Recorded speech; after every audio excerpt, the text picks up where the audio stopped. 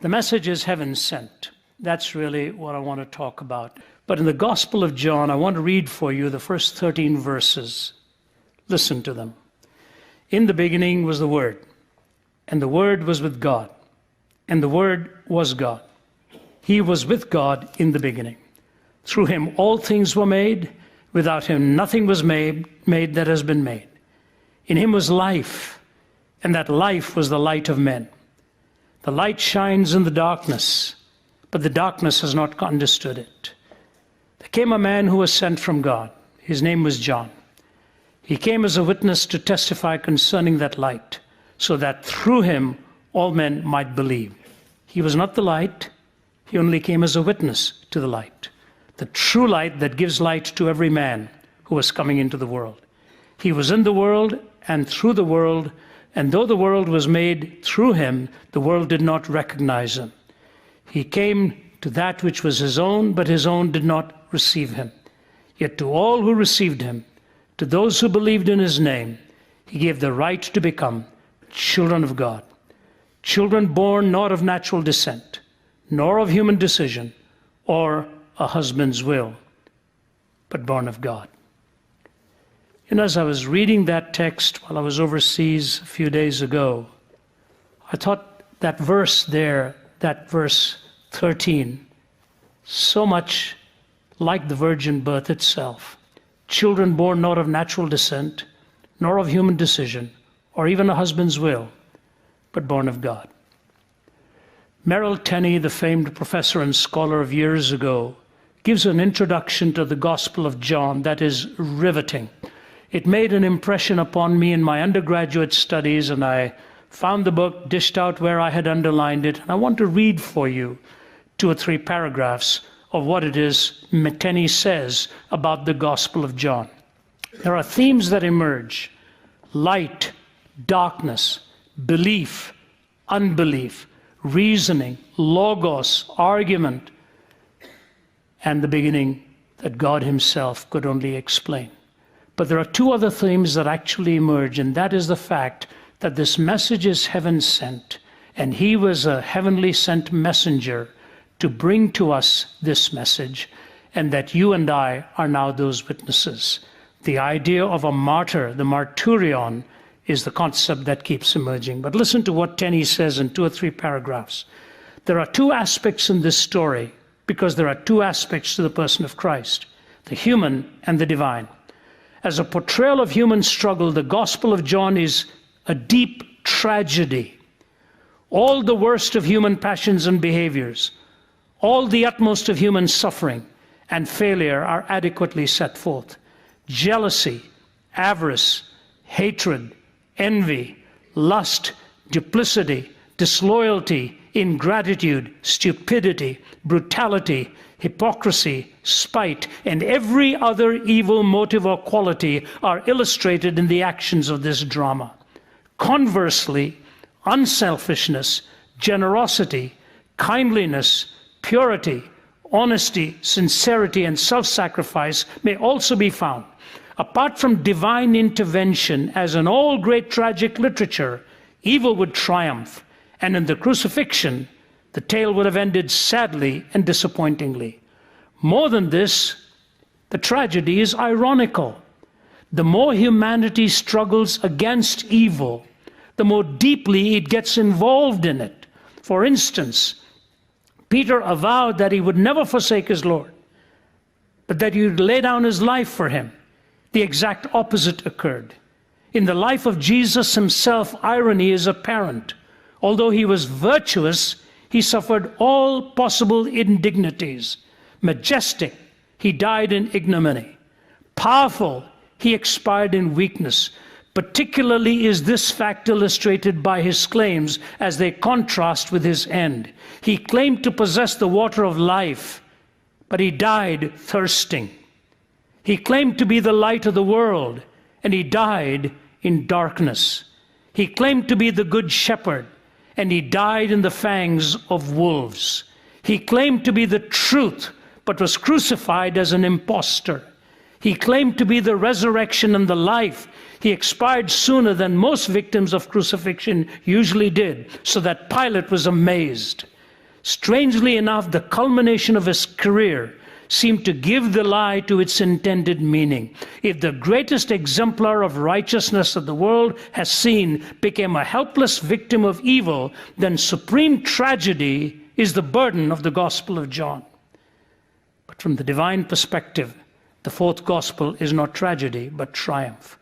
The plot reveals victory of life over death, of love over hate, of light over darkness, and of the Spirit over the flesh. The true culmination is not in the crucifixion, but in the resurrection. Unbelief does its worst at the cross and halts there. Faith holds on to the resurrection and so becomes victorious. The divine word has not triumphed by being revealed in contrast to the world as a mystic vision untouched by the sordid realities of life, but rather by undergoing the worst that life could do and by rising above it unscathed.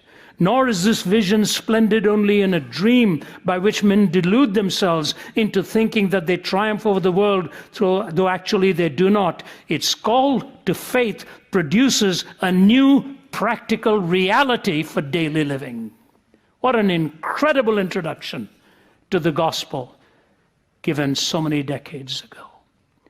That it seems to end in tragedy, yet through the eyes of faith and the knowledge of the gospel writers, there is victory that doesn't circumvent or get aside all of these debauched expressions of the human mind, but they go through it and comes out triumphant on the other side. You see, it's not in spite of the dark mystery of evil, said James Stewart. It's through it that God actually triumphed and conquered. And so as we look at what it is that God is calling us to do in a time like this, I think of that famous essay of F.W. Borum, The Candle and the Bird. And he talks about in these terms. He said, you know, if you turn the light out of a candle, you extinguish it, there is darkness. He said, but if you frighten a bird, it'll go and sing its song on another bough. He said, the gospel is more like a bird than it is a candle. You cannot really extinguish it. You push away and resist the Holy Spirit, he will go and do his work in another part of the world. And you see this happening repeatedly in history. When Addison was mourning the loss of Puritanism in England, at that very time, Count Zinzendorf, with his little band of young men in their 20s, were meeting at Herrenhut and launched the Moravian movement. It was the Moravians that inspired Wesley. It was the Moravians that inspired William Carey. In fact, when Carey threw down the gauntlet in front of his leadership, he had the annals of the Moravians put down at the table and said, they're sending missionaries all over the world. Why aren't we doing the same? The day the cross was being burned at Notre Dame in France, the very day in Paris, William Carey was setting his foot on Indian soil. And there he baptized Adoniram Judson, who went on to Burma. And then his wife translated the Bible into Thai, and the Burmese Bible and the Thai Bible came about just through the Judson family, and it was through the inspiration again of Carey. The bird is singing its song in many parts of the world. We are not extinguishing the candle. We are just watching what the bird is doing, and in the different boughs of the world that it is singing its song. How does this happen? How does this come to be? It's going to be my privilege to speak in a few parts of the world at the 500th anniversary of the Reformation, which was so ably mentioned here by Oz a few moments ago. Just think about it. 500 years have gone by. And Martin Luther took his stand and said that unless through Scripture he could be challenged and be proven wrong, he would not recant. But I want to point out a real nuance in that Reformation movement. We know there were many, of course, Wycliffe was the morning star of the Reformation, then there was Huss, then there was Savonarola, and then there was Calvin and Luther and Zwingli, so many of them like a tidal wave moving and changing history at that time. But it was 1973, when I was in East Germany with John Warwick Montgomery, who was doing a Reformation study tour. I remember walking to the Castle Church there. standing outside the door. It was in the days of the Cold War, and very predictably, being December, it was foggy and cold and clammy. And I stood in front of the Castle Door Church and wondered what must have been like for that man to come and nail those 95 theses to the door, beginning with the words, "Out of zeal and love for the elucidation of the truth, the following theses will be debated." Out of zeal and love for the elucidation of truth, the following theses will be debated. There's a book written about Melanchthon, who was the theologian of the Reformation, and it's called The Unrecognized Reformer. See, it was he who pointed to Luther that the word penance really meant repentance. It was he who graduated from university in his teens. He went in at 13, graduated by 16. In his early 20s, he was a professor of theology at Wittenberg. In his early 30s, he wrote the Augsburg Confession. Martin Luther describes himself in contrast to Melanchthon. "I am rough, boisterous, and stormy. I am born to fight against innumerable monsters and devils. I must remove stumps and stones, cut away thistles and thorns. But Master Philip comes along gently and softly, sowing and watering with joy according to the gifts which God has so abundantly bestowed upon him." Melanchthon said of Luther, "If there is anyone whom I dearly love and whom I embrace with my whole heart, it is Martin Luther." And the biographer says this about both of them: "By his fiery eloquence, his genial humor, and his commanding personality, Luther commended the Reformation to the people. By his moderation, his love of order, and his profound scholarship, Melanchthon won for it the support of the learned, the lovely, and pleasant in their lives. They toiled, prayed, and suffered for the same great cause, and in death they are not divided. They literally lie side by side in their graves at the Castle Church in Wittenberg." They died at the same age, 63, except Melanchthon was younger by about 14 years, so he preached at Luther's funeral. And as I walked into that church, I thought to myself, these guys were young men. They took on the world. They challenged the world. They stood with the Word of God, and though this world with devils filled should threaten to undo us, we will not fear, for God has willed His truth to triumph through us. The Prince of Darkness grim, we tremble not for him. His rage we shall endure, or can endure. One little word will fell him. Amazing change of the course of history, half a millennium ago. Is it impossible for God to do the same at this time in history, through teams like this, through the lives of people like Edmund and Oz, and those who've gone on, who've left a legacy, people like Francis Schaeffer and so on. So I want to talk to you very quickly. What are the challenges we really face in our time? The first one I hesitate to talk about because it's not a subject I like to often get into.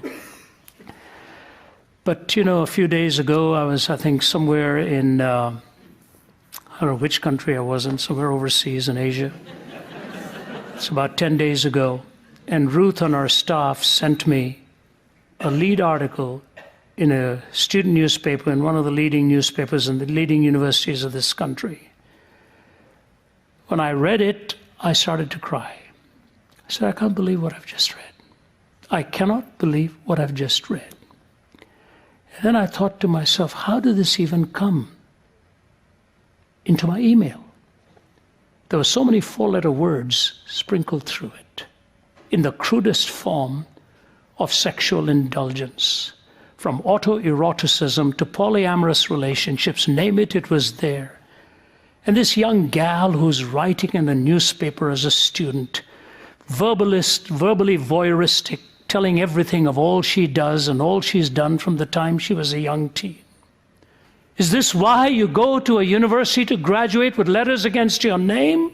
To tell everybody all the struggles you have in your private world, only not talking about his struggles, but in a cavalier way of indulgence and sexuality. And so it is, oftentimes, the Dawkins and the other in the world will tell you what it is they're really hostile towards in the Christian faith. It is because they consider us morally repressive and restrictive of this kind of indulgence. I want to say to you something. I became a Christian at the age of 17. I played cricket for my university. I played cricket in a local club. I was very competitive in sports. I didn't know a single Christian on my cricket team or my hockey team. They're all Hindus, Muslims, Buddhists. Some of them may be. Not one of them would have read that article and found comfort or inspiration. They would have all said, this is bizarre and perverted. But the Christian faith takes the hit for it. And so what we are really living with at this time is a kind of sensually driven culture that has actually come to believe that you find your nirvana or your moksha or your salvation in indulging in this body in any form you want to indulge. You will find happiness in it. Yet read the life stories of people like Ernest Hemingway and others who ultimately lived out to a total life of impotence and found that the most frustrating part of them was that the very thing they lived for had nothing to give for them anymore. This is what we're up against. We're up against a young culture that has spent itself and exploited the human body to a point of, yeah, we all fail. As young people, we all struggle. We all think there is some hope in something. And where you talk to people and you see they come away empty-handed, disconsolate, guilt-ridden, and pained by all of the things that they indulged in. And yet you go to the intellectual bastions, and that is their answer for nirvana and hope. And so it was in 1974 when Malcolm Muggeridge resigned from the University of Edinburgh and gave his farewell address there at St. Giles. This is what he said. So, dear Edinburgh students, this may well be the last time I address you. And this is what I want to say to you, and I don't really care whether it means anything to you or not, and whether you think there is anything in it or not. I want you to believe in that this row I have had with, it all had to do, by the way, at that time in the 70s, of handing out condoms free to the university students. And so he says this, I want you to believe that this row that I have had with your elected officials has nothing to do with any puritanical attitudes on my part. I have no belief in abstinence for abstinence's own sake, no wish under any circumstances to check any fulfillment of your life and being. But I have to say to you this, that whatever life is or is not about, I think this is the line that I love so much. Whatever life is or is not about, it is not to be expressed in terms of drug stupefaction and casual sexual relations. However else we may venture into the unknown, it is not, I assure you, on the plastic wings of Playboy magazine or psychedelic fancies. This was a man who'd lived on the other side of the tracks and is telling the young, it's not where you're going to find it. Whatever life is or is not about, it's not about casual sexual relations and psychedelic fancies. And yet we've got a whole generation moving in that direction. All over the world. One of my favorite professors in my graduate days was Carl F. H. Henry, one of the most brilliant theologians, American theologians of years gone by. I remember in one of his books he said this, and I wondered, wow, this is something for Henry to be saying it. I wonder why he's saying it this way, but he did. He said this in his book, Christian Mindset in a Secular Society. Biblical truth, transcultural as it is, has an indispensable message for contemporary culture. It addresses modern learning, modern ethics, modern political, economic concerns, and all the idolatries of our polytheistic society. It proclaims the gospel to a generation that is intellectually uncapped, morally unzippered, and volitionally uncurbed. Those who consider the latest fads permanently in will, of course, dismiss the Christian message as the last hurrah of an antiquated outlook. They reveal their sickness of soul by derogating terms like morality, piety, family, work, patriotism, born-again, evangelical theology. Christianity they dismiss as a kind of middle-class hedonism, declaring it intellectually inadmissible. They meanwhile espouse a life that neither reason nor conscience or spirit can support or condone.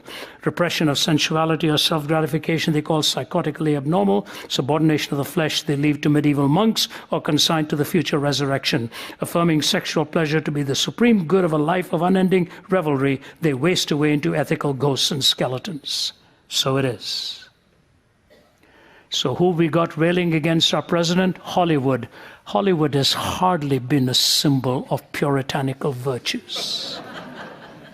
The only time they criticized too much violence on the screen was when Mel Gibson's movie came about on the crucifixion. They said that was too violent. That was the first miracle that movie attained, by the way, getting Hollywood to think it was too violent. Wasting away into ethical ghosts and skeletons. We are living at a time where our children and grandchildren are going to be told they make their choices on all of these matters. There are no absolutes, nothing at all to which they need to get anyone else's advice or permission. There is the indulgence of the physical, but there is then the seduction of the intellectual. What has happened is not so much that people are driven in this direction. We all struggle, we face these issues, I realize that. But the intellectuals today have railroaded this thing and commandeered relativism into a camp where anybody who believes in any norms and any absolutes is considered unfit for contemporary society. That they are dinosaurs, they ought to be gotten rid of. And yet I'll tell you what, our team will tell you when we go out there and speak, and even on these matters, the young people, especially the young women, are listening with riveted attention. They know what you are saying is right.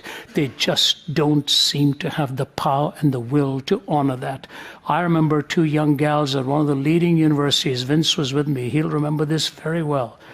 The gal came up right up to the platform and she was asking her question, and we knew what her question was and what her lifestyle was and what she was driving to.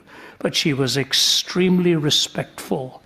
She had gained our respect in the process and was raising her question. And I could see the tears going down her face as she was asking her question about her personal struggle. And Vince did a marvelous job after I finished answering. And then she asked if she could come to the back and speak to us, she and another young gal. And there they were with tears running down their face, admitting to what it was that their real battle was. And then paid us the great compliment and said, would you two men mind if we took our pictures with you? And there they were, standing next to us, of a completely different worldview, completely different habit in life, knowing that they didn't have the answers, but desperately needed it through Christ, as we had the privilege of praying with them. This intellectual hijacking of hedonism today and giving it some credibility. So you've got the marvelous minds in all these halls of learning who are so relativistic and hedonistic in their pleasures and so anti-Christian in their approach. Paul Johnson, in his book Intellectuals, probably overstates it somewhat, but he makes this point. One of the principal lessons of this tragic century, which has seen so many millions of innocent lives sacrificed in schemes to improve the lot of humanity, is beware of intellectuals. Not merely should they be kept well away from the levers of power, they should also be objects of particular suspicion when they seek to offer collective advice. Beware of committees, conferences, and leagues of intellectuals.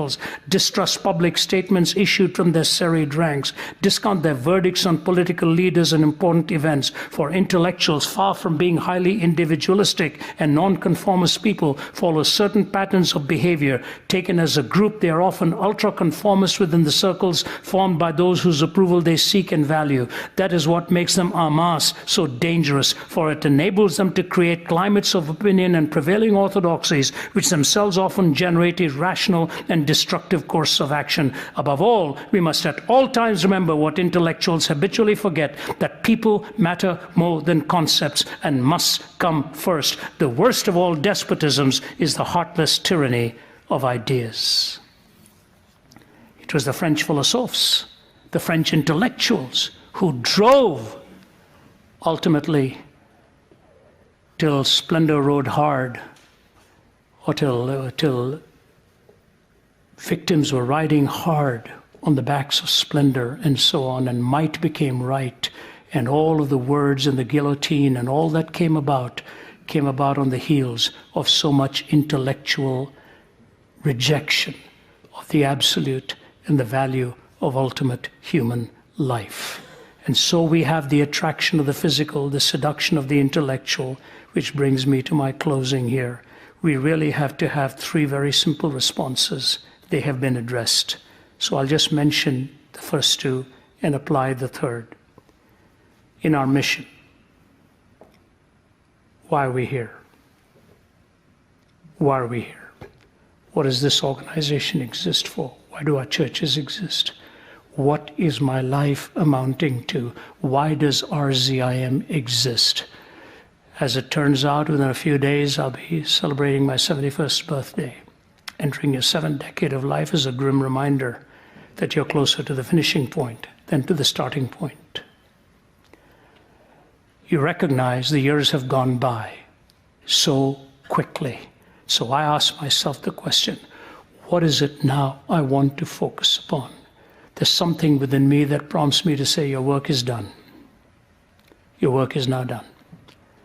You have labored hard for over 4 decades in the vineyard. Shut the suitcases, sit at home, go down to your desk, write, enjoy the family every day. Oh, it is so attractive a thought.